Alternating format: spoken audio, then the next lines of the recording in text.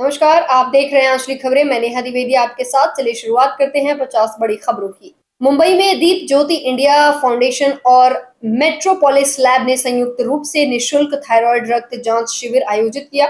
शिविर का आयोजन वर्ली के प्रेमनगर सार्वजनिक गणेश उत्सव मंडल में किया गया। इसमें गणेश उत्सव मंडल, शिवसेना शाखा प्रमुख और शिव सैनिकों का सहयोग रहा। मुंबई में आदिवासी पारधी महासंघ के नेतृत्व में सामाजिक कल्याण के लिए महत्वपूर्ण उपक्रम किया गया। धनसोली पारधी पाड़ा में इंडियन ओवरसीज बैंक की मदद से 2 दर्जन से अधिक नए खाते खोले गए। इस पहल से समुदाय को सरकारी योजनाओं का लाभ सीधे बैंक खातों तक मिलेगा। मुंबई में विधायक पराग शाह ने मनपा चुनाव में भी विधानसभा चुनाव जैसी मतदान सुविधा की मांग की। उन्होंने कहा कि हाउसिंग सोसाइटियों में मतदान केंद्र बनाए रखने के लिए उससे नागरिकों को सहूलियत होगी। पिछले चुनाव में इस व्यवस्था से मतदान प्रतिशत में उल्लेखनीय वृद्धि दर्ज की गई थी।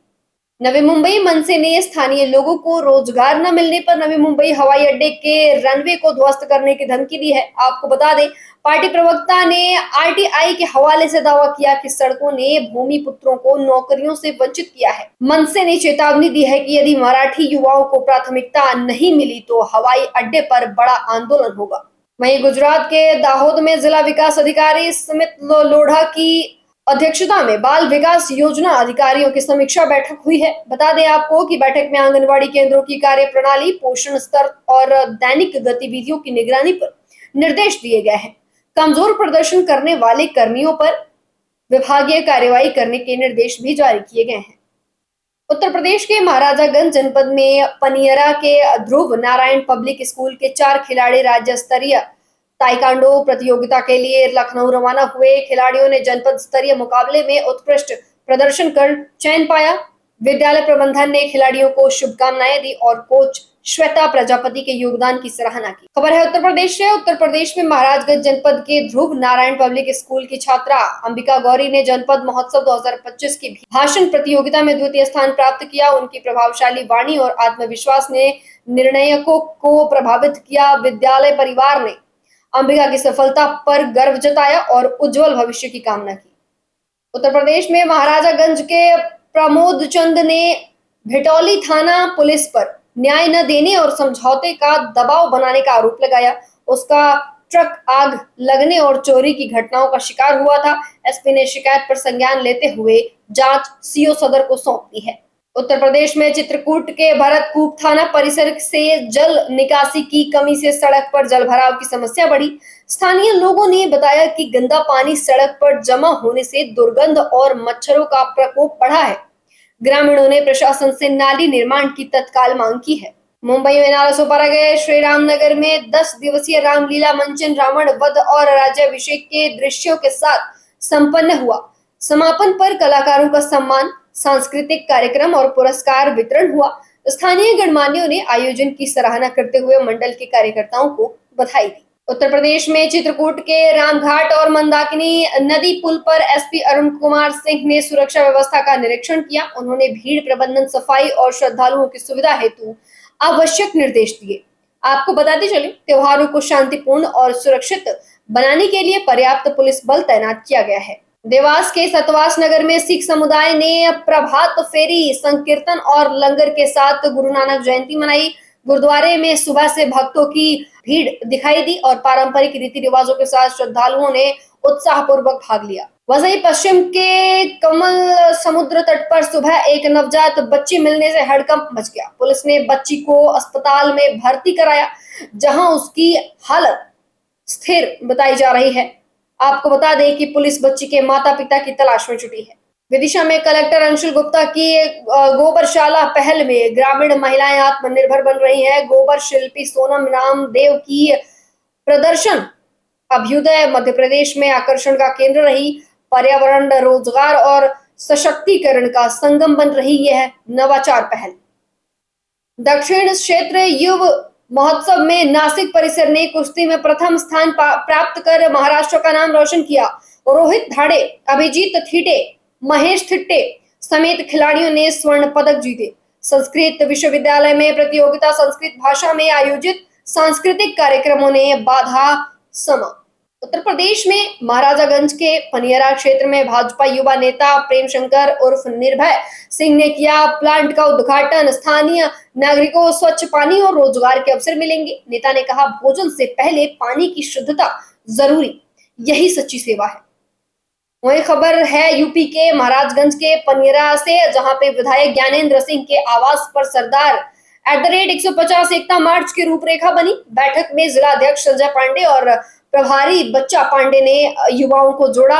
राष्ट्र निर्माण से कार्यकर्ताओं ने लौह पुरुष के आदर्शों पर चलने का लिया संकल्प। मिर्जापुर के नीबी गहरवार घाट पर पूर्णिमा स्नान के लिए उमड़ी श्रद्धालुओं की भीड़। डॉक्टर पुष्पेंद्र सिंह की देखरेख में घाट की साफ सफाई और व्यवस्था सुचारू रूप से रही। गंगा पूजन और दर्शन के लिए दूर दूर से श्रद्धालु पहुंचे। मिर्जापुर के सावित्री घाट पर गंगा उत्सव में आरती, नौका दौड़ और निबंध प्रतियोगिता का आयोजन किया गया।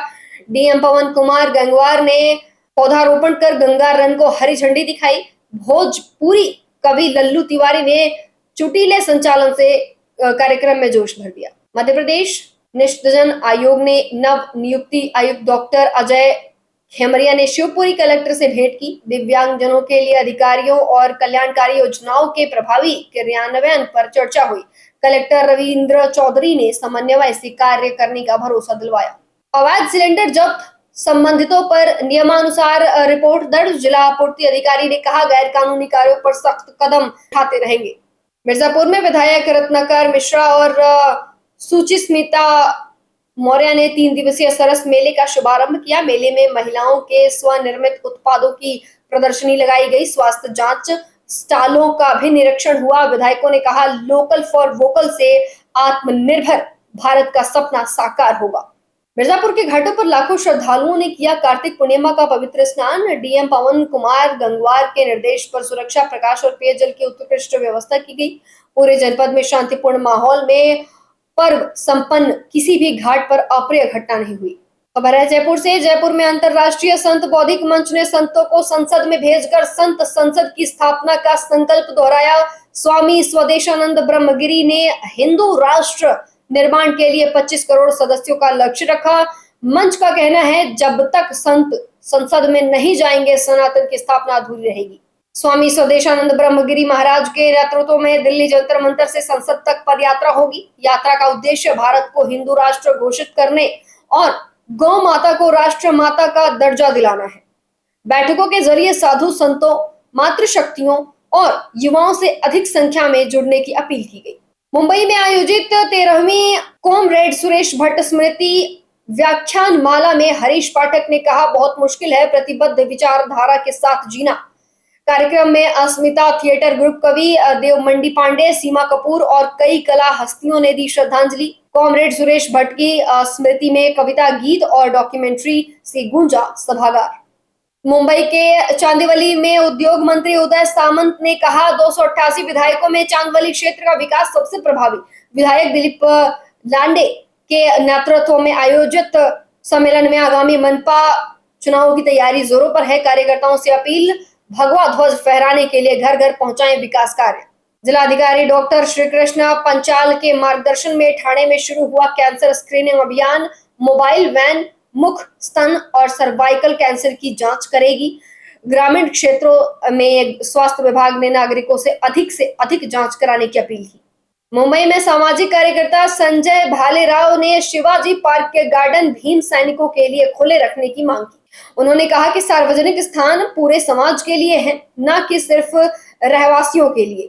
गार्डन बंद किए जाने पर आंदोलन की चेतावनी भी दी। संबंधित विभाग को सौंपा पत्र।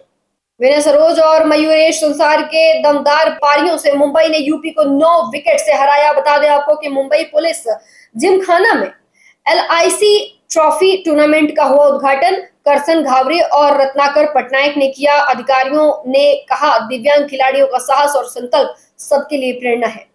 प्रधानमंत्री नरेंद्र मोदी के प्रस्तावित वाराणसी दौरे से पहले सीएम योगी आदित्यनाथ ने तैयारियों का जायजा लिया। उन्होंने रेलवे स्टेशन सहित विकास परियोजनाओं और सुरक्षा व्यवस्था की समीक्षा की। आपको बता दें कि दौरे में कई विकास कार्यों के उद्घाटन और शिलान्यास की संभावना है। ईडी ने लखनऊ में फर्जी डिग्री रैकेट से जुड़े 15 ठिकानों पर एक साथ छापेमारी की। कार्यवाही में कई शिक्षण संस्थान और माफियाओं की संलिप्तता के सबूत मिले। एजेंसी ने कहा, शिक्षा क्षेत्र में हो रहे फर्जीवाड़े पर सख्त कानून कार्रवाई होगी। मौसम विभाग ने यूपी बिहार समेत 15 राज्यों में 6 से 7 नवंबर को भारी बारिश की संभावना जताई है। पश्चिमी विक्षोभ के प्रभाव से मेघ गर्जन और बूंदाबांदी की संभावना बढ़ी। रात और सुबह के समय ठंडक से इजाफे की संभावना जताई गई।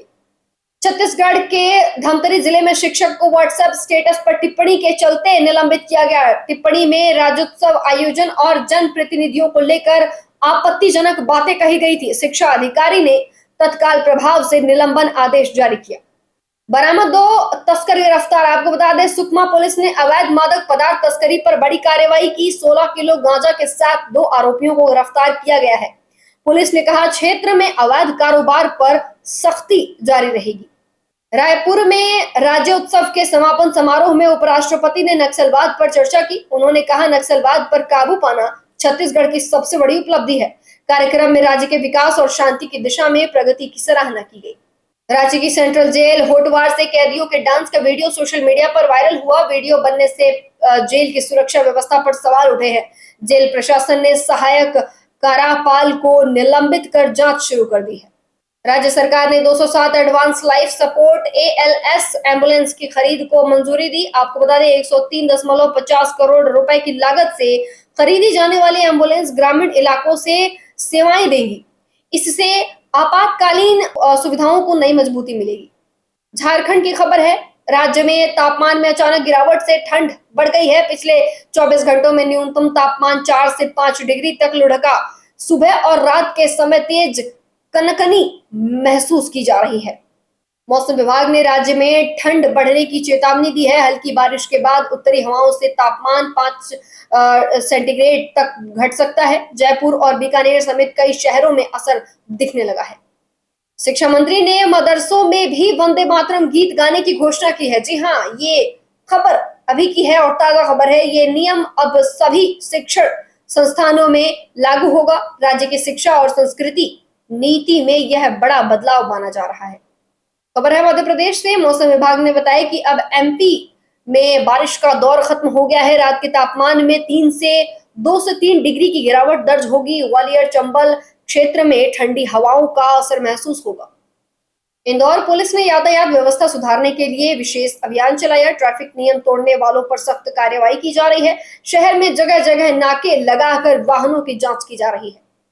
पूजा के दौरान हाई टेंशन तार से गन्ने के पत्ते के संपर्क में आने से हादसा हुआ। एक बुजुर्ग की मौके पर हो गई है मौत, जबकि 4 साल का बच्चा झुलस गया। बिजली की चिंगारियों से अफरा तफरी मच गई। भाजपा 7 नवंबर को मुंबई में वंदे मातरम गीत की 150वीं वर्षगांठ मनाएगी। कार्यक्रम सांस्कृतिक और राजनीतिक दृष्टि से अहम माना जा रहा है। नेताओं और कार्यकर्ताओं की बड़ी उपस्थिति की संभावना है और ये एक बड़ा कार्यक्रम होने वाला है। IMD ने महाराष्ट्र, कर्नाटक, केरल और तमिलनाडु में भारी बारिश की चेतावनी दी। आंधी और बिजली गिरने की संभावना के बीच लोगों को सतर्क रहने को कहा गया है। मौसम विभाग ने यात्रा से पहले सावधानी बरतने की सलाह दी है। पश्चिमी विक्षोभ से उत्तर भारत से हल्की बारिश और बर्फबारी की संभावना है। पंजाब और हरियाणा में ठंडक और कोहरे का असर बढ़ने की उम्मीद है। मौसम विभाग ने किसानों को फसलों की सुरक्षा के निर्देश दिए। हर 8 में से 1 वोट फर्जी, सरकार चोरी की गई। चुनाव आयोग ने उनके आरोपों को निराधार बताया है। कांग्रेस नेता के बयान से राजनीतिक बहस तेज हो गई है। दिल्ली NCR में तापमान गिरकर 15 सेंटीग्रेड के करीब पहुंच गया। उत्तर पश्चिमी हवाओं से मौसम में ठंडक बढ़ी है। अगले कुछ दिनों में और गिरावट की संभावना जताई जा रही है। फिलहाल के लिए 50 बड़ी खबरों में बस इतना ही। जुड़े रहिए हमारे साथ, देखते रहिए आज की खबरें, अपनी खबर आप तक।